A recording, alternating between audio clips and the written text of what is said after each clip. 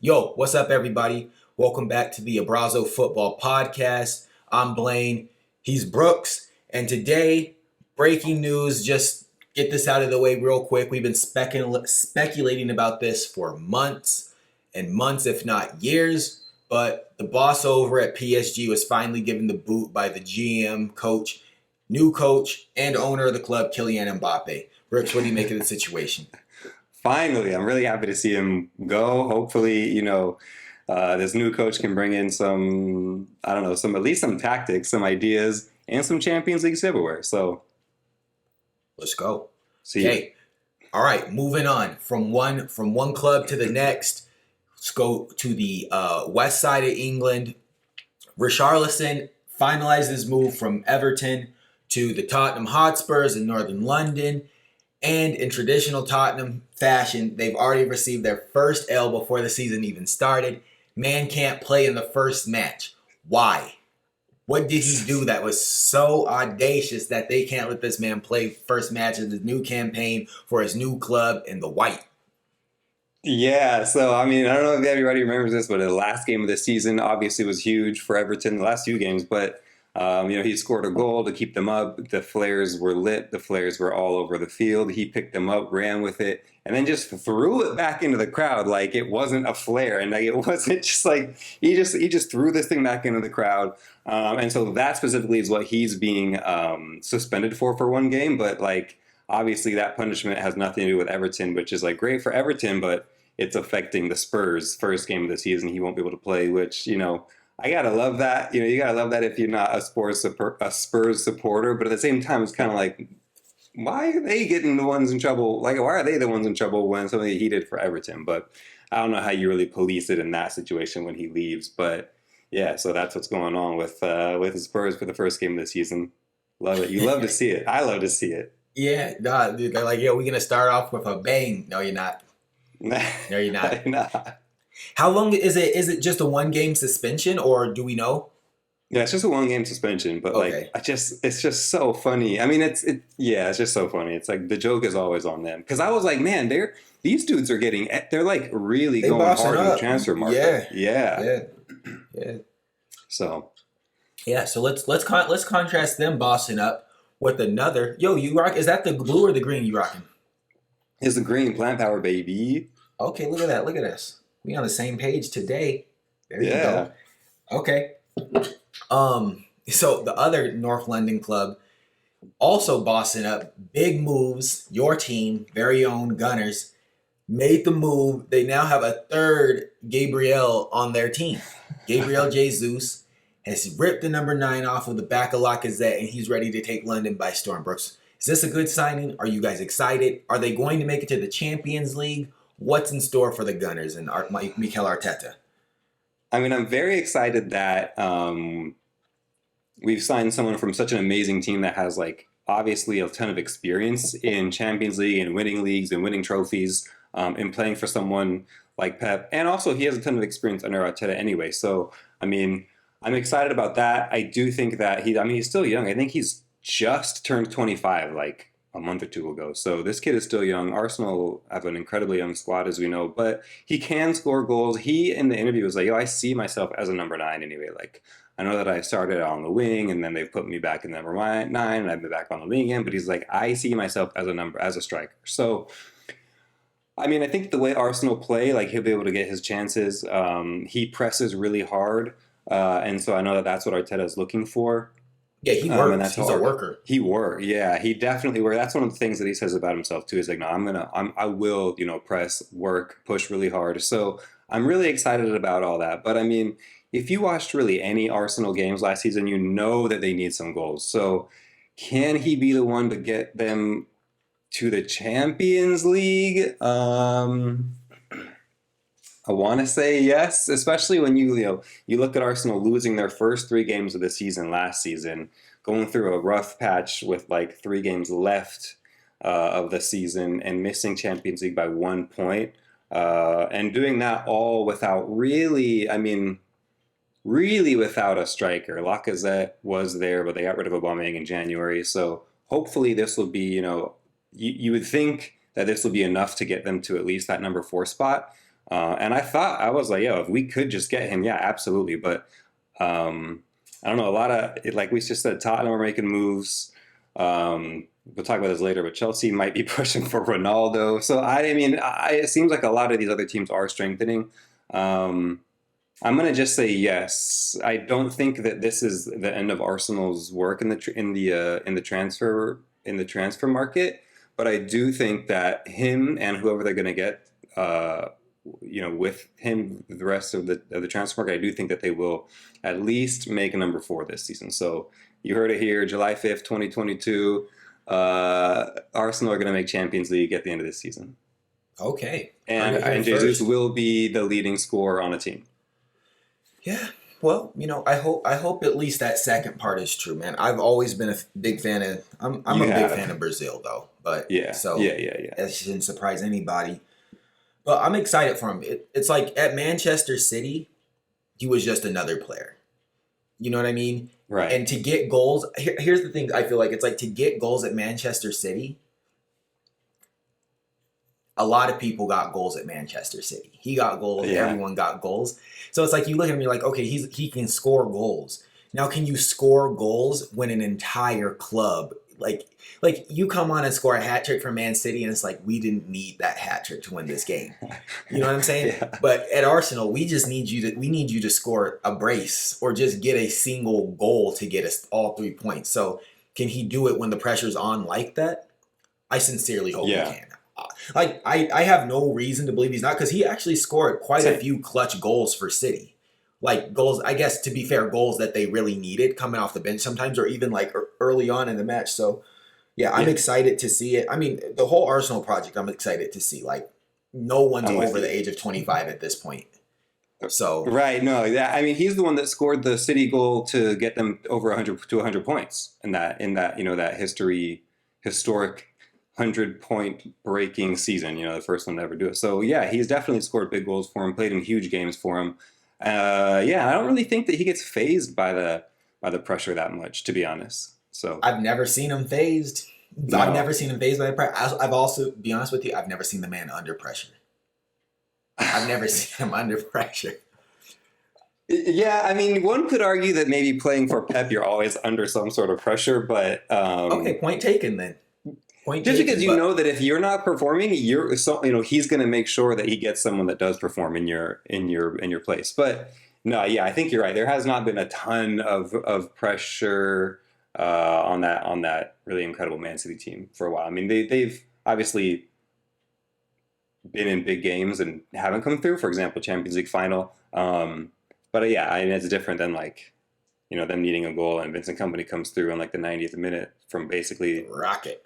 Yeah, so yeah, I'm with you. Okay, well, best of luck to Arsenal and their new signing, the new number 9, Gabriel Jesus. Number 9. Yeah, let's just stay in London then. Opposing everything that Northern London is doing in terms of making signings, Chelsea still has yet to make any signings. Yeah, so they keep flirting with Raheem Sterling. Like, you've seen those rumors. I'm not going to lie to you. It's a similar situation to the Gabriel Jesus one. No one's okay, maybe everyone's under pressure, but no one is like really relied on heavily besides KDB at City. I like the idea of Sterling coming. He always plays big for England. He didn't have the greatest season last time, so maybe he has a chip on his shoulder. He's a London boy. I'd love to see him. Started off at QPR. I'd love to see him at Chelsea. But, nothing. They're talking about signing Rafinha, but Barcelona is also saying they're going to sign Rafinha. Right. And Rafinha just publicly said he would prefer Barcelona, which I'm like, yo, I get that. Like, you probably would, like, why wouldn't you prefer Barcelona? Except they might not be able to pay you, so maybe hold that card close to your chest until you see what they can do. They still got like 5 players they've signed that they haven't been able to announce because they don't have the money. Right. And La Liga president, he's strict. He won't let them say a word. Who else? They say Ronaldo might be going over there. Right. Bring him out. But I don't know what Chelsea's doing right now. They're letting players go on loan for basically free. They're thinking about selling a lot of players, but I don't even know, dude. The rumors say we're gonna buy 6 players. I don't know who. Did you see we were also linked with Mateus de Ligt from Juventus? Yeah. And then Yeah. I'll basically, what do you say? were you gonna say we're linked to everybody? Yeah. Yeah. Yep. And then everybody's coming out saying, like, I'd rather play here actually, but if Chelsea have the money, I guess I'll go to Chelsea. But so I am not optimistic about Chelsea's future right now. Oh, really? But Okay, that was my question. Like, I mean, because no, yeah, they let obviously Lukaku go. Andreas Christensen signed with Barcelona. I don't know how big of a miss that'll be. But Rudiger they went to kind of Madrid. Rudiger is gone. Yeah, so they're kind of trimming their squad quite a bit. And I know that yeah, like you said, they're trying to sign Rafinha, but Rafinha openly won't. I mean, would prefer Barcelona. Yeah. And I don't know. Like as a player, I don't know if maybe with this new takeover, are they a little bit like, are players kind of worried to go because they don't really know what's going to happen after such a successful spell under Roman Abramovich? Like, is that somewhat of an issue for them, or I don't really know. Usually, people will kind of jump at the opportunity to play for Chelsea. Yeah, I legitimately don't know. Okay. It could be that. It could also be that no one's like the owner or the primary majority stakeholder is like assumed the position of like owner, general manager, sporting director, Everything. and he Yeah. doesn't really know what he's doing in terms of Right. like negotiating and how football contracts work. So he's just like, yo, like I want this player. I'm gonna call the club directly, and they're probably like, that's not how it works. And it's like, Yeah. okay, well, I already talked to the player, and he said he wants to come. It's like, yeah, but like we haven't worked this out, and like I don't know. I legitimately don't know. I watch and read rumors every day, and I'm like, there's never progress. They're like, oh yeah, it's really close. Sterling sold his house to Trent Alexander-Arnold, so he's definitely moving. It's like Right. maybe he's on his way to Madrid. Like Right. you don't know where until I see him in a blue shirt holding that nasty ugly number 3. It's all just rumors, Like Yeah. it could be his agent because it's like Chelsea would never hop out and be like, oh yeah, like we're not trying to say like you know how it is. It's just annoying because Right. like anyone could say Chelsea's interested in Raheem. Chelsea's not going to come out and say they're not interested in Raheem, and Raheem's not going to come out and say I'm interested in Chelsea. Except unless you're Rafinha Right. and you're going to say I'm interested in Barcelona, or Robert Lewandowski and you're going to say I don't want to be here. But most players don't say anything, so it's like you don't know, and then all of a sudden you see him pop up in a Madrid shirt, and he took the number 7 from Eden Hazard or something. I don't know. So Okay. I Yeah. am Yeah. skeptical. I am skeptical. Okay.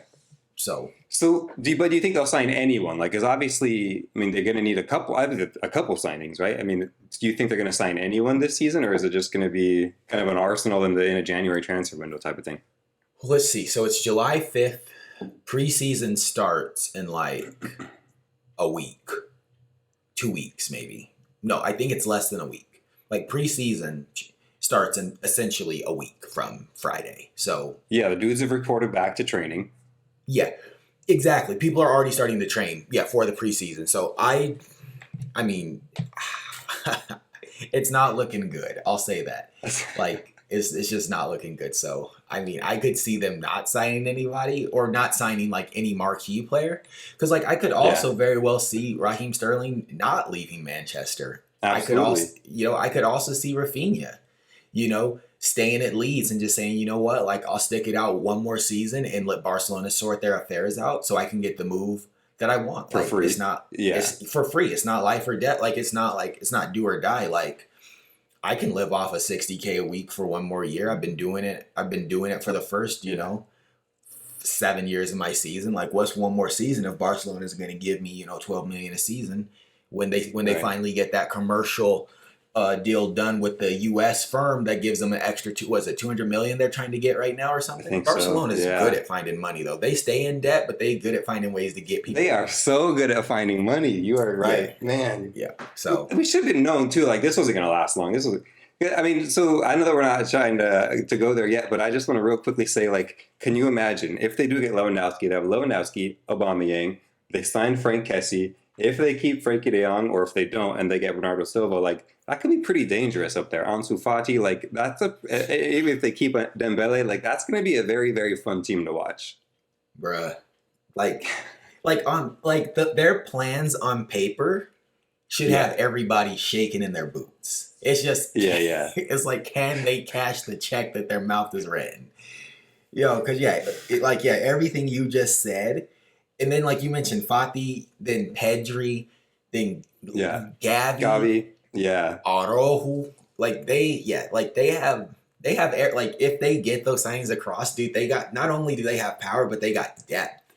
They got guys, coming off the bench, in and out, because it's going to be a long season. So, I mean, for their sake, I hope they figure it out, but I do too. I wouldn't be surprised if they didn't figure it out until next season, just because the president seems to be determined to see them fail.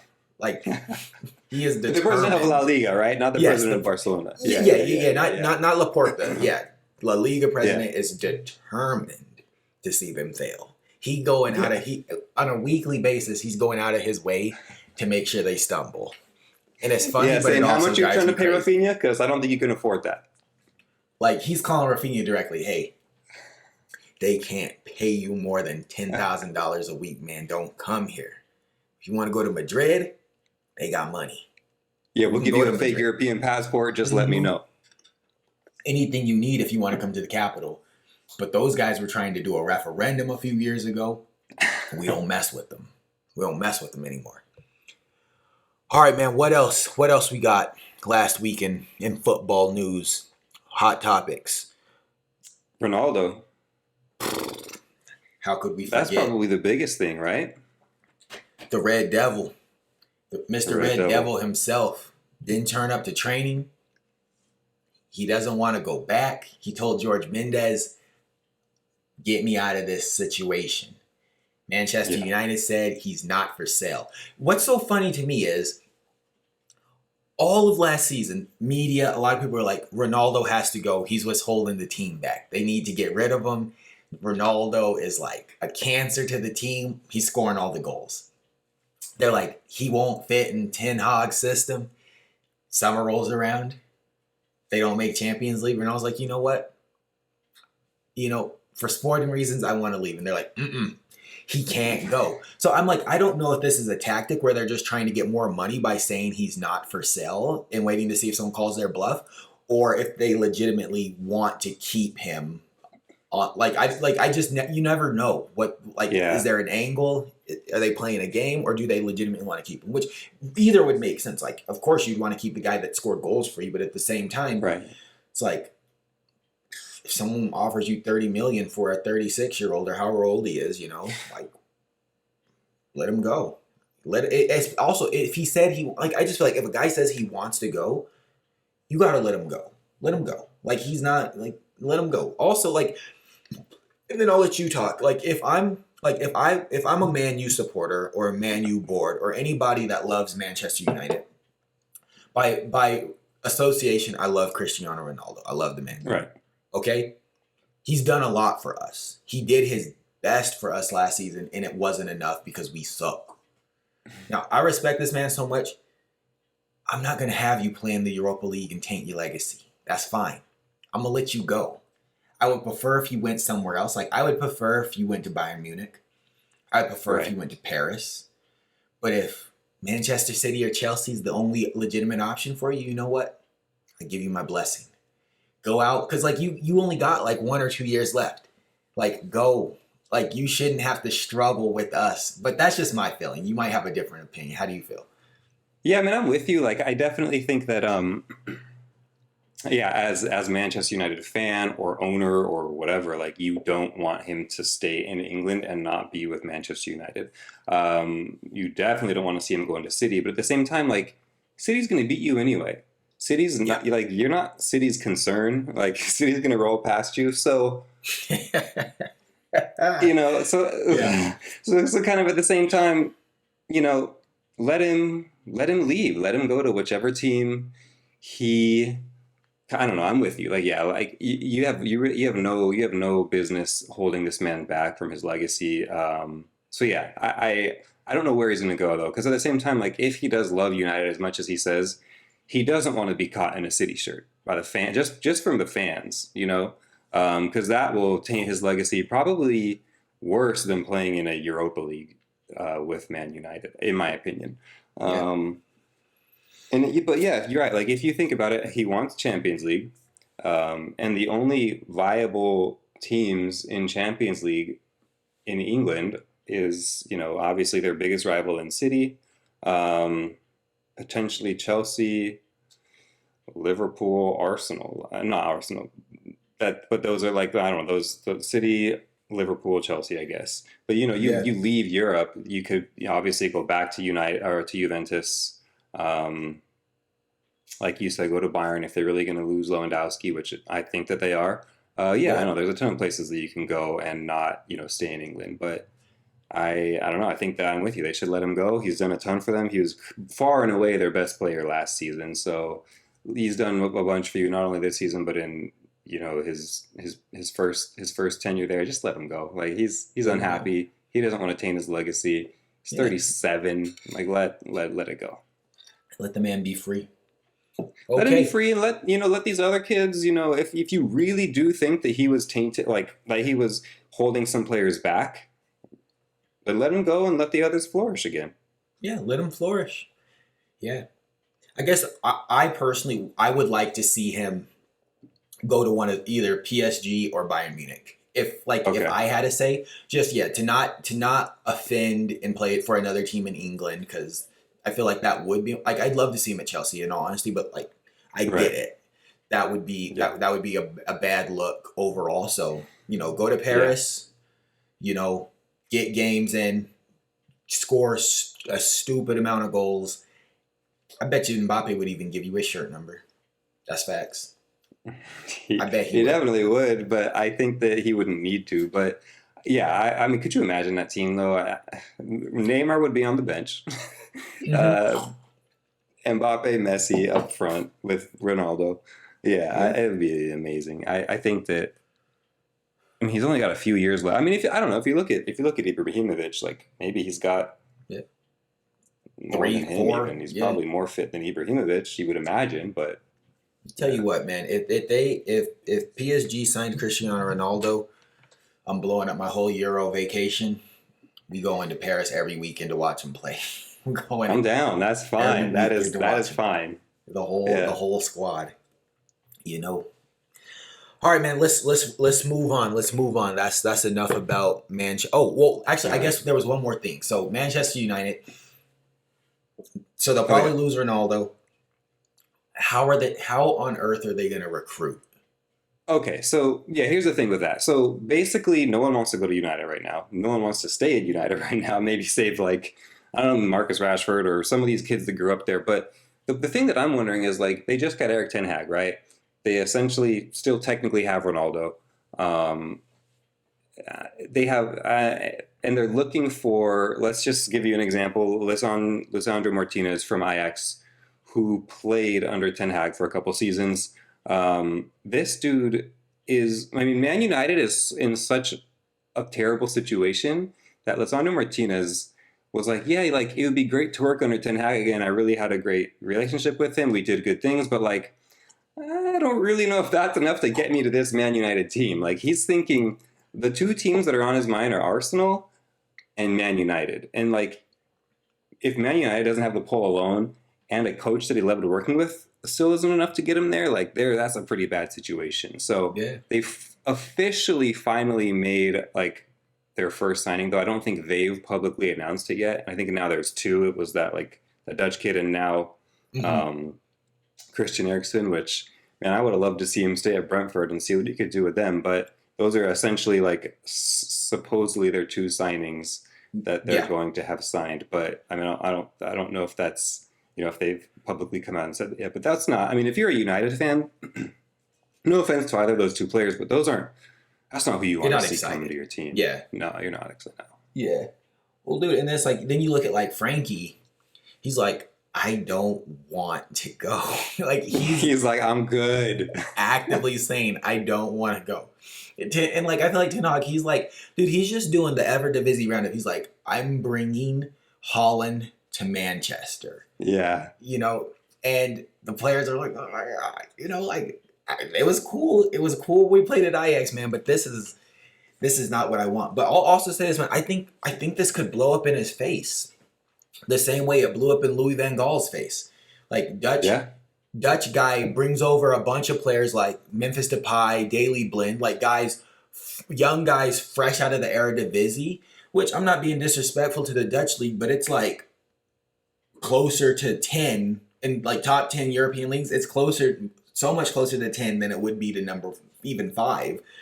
And it might even be the 10th. So it's like the level of skill that it would take to be able to perform in the Premier League coming straight out of the Eredivisie, like very few players have been able to do that. I think Luis Suarez is the only one that comes to mind. I can't That think comes of to like, mind. Yeah. like I'm thinking other Dutch players. Maybe Ian Robben might have come. I don't know if he came straight from Holland when he played for Chelsea. I don't Maybe either. Van And Van Persie. Persie took a few seasons. What? Sorry. Yes. Yeah. No, I was saying the same thing. Yeah, he didn't hit the ground running. Mm-mm. So it's like if you're looking for like instant impact, like and maybe Yeah. they're not looking for instant impact, like they're just, identifying guys that have technique. But like I wouldn't I feel like we've seen this show before. And even at Chelsea, or like even like you look at guys like Sebastian Haller, like Southampton, he Right. couldn't do nothing. So sad. All of a sudden he's a 5-star striker for Ajax, Yeah. killing it in the ED. But, what do I know? What do we know? We're No, I not mean, you're right. That's a professional good managers, point because but we saw what happened to Depay when he came with Louis van Gaal to Man United. yeah. And I think that you're right. Like there's a very good chance that he kind of makes that same mistake. This you is know? the sequel, bro. This is the sequel. Holland, the sequel. The Dutch sequel starring I, ETH. I just think that, they need to be honest. Like the owners of Man United, Eric Ten Hag needs to be honest, and the United fans need to be honest and be like, look, there's not one player that we can get. Like if we had Ronaldo and we still couldn't make it to at least 4th, this is going to take some time. And it's kind of like what Arteta is doing currently, but also what Jurgen Klopp did at Liverpool. They weren't Yeah. in the top You gotta 4 when ramp up. he came Yeah. there. What was that? Yeah. You ramped up. Yeah. Which So, yeah. Yeah, which and there's nothing wrong with saying like, yo, this is going to be a project and it's going Right. to take time.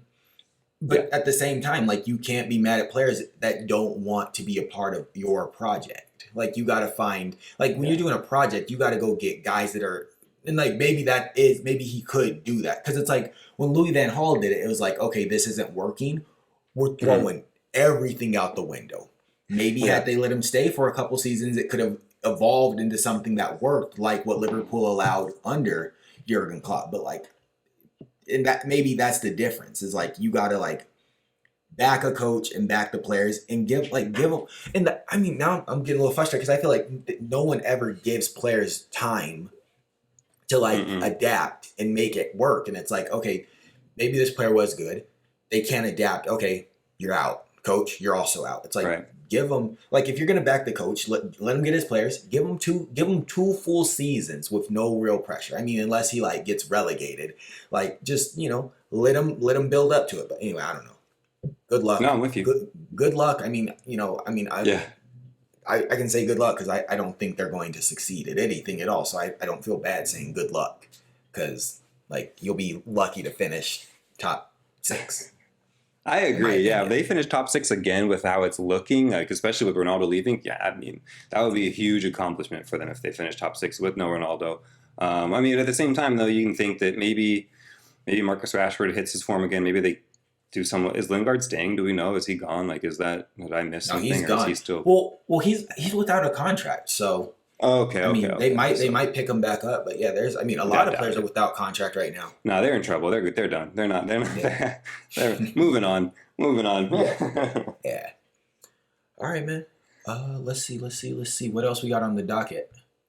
I think the only thing was that, like, I mean, there's a little rumor that Darwin Nunez was actually supposed to go to Real Madrid, which was, I mean, so I don't know how true this is, but what I heard was that Darwin Nunez was actually supposed to go to Real Madrid. Everything was kind of set up for him to do that because they were assuming, or they thought, that Vinny Jr. would have his European passport. Mm-hmm. But Real Madrid is, well, La Liga, as you know, you can only have a maximum of 5 non-European players. They already have that allotment, and so Darwin would have been the 6th. So anyway, they couldn't, even with the president of La Liga pulling whatever strings he could try to do to get them to open up another spot for them.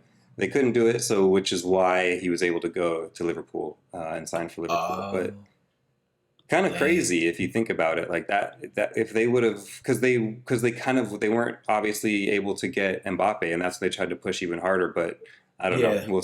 That's just kind of speculation. But I thought it was interesting. I thought it was really interesting that you can only have 3 non-European players on the field at once. Yeah, they're handicapping their teams, man. That's crazy. You can't be competitive like that, man. You gotta look. You got South America and you got Africa. You need, like, to be competitive. You got to be able to pull, and you can't be restricted to 3 on the field. I mean, if that rule existed in England, the Premier League wouldn't even be here. Yeah, these are international teams. These are international teams. Half the squad don't even speak English, and they playing in Brighton. Half the Brighton team don't even speak English. That's crazy. Yeah. Yeah, I mean, take a look at the Portuguese national team in North London for I mean, Wolves. Now it's like, it's funny. But I'm like, well, yeah, that's crazy. You would think Real Madrid would have been able to figure something else out. Like, we'll sign you for Real Madrid 2, and then we'll I don't know. That's something. I don't know who are the players that don't have passports, but one of those guys would have been sold. I would have just been like, your contract's terminated. Yeah, you're gone. You're gone. You're gone. But they'll be okay. Real Madrid, they'll be fine. Just fine. Yeah, there's no issue there whatsoever. Yeah. Okay. All right, cool, guys. Well, I think that concludes this week's episode, on Brazil Football Podcast. Thanks for hanging out with us. We appreciate you, and we'll see you next time. Peace.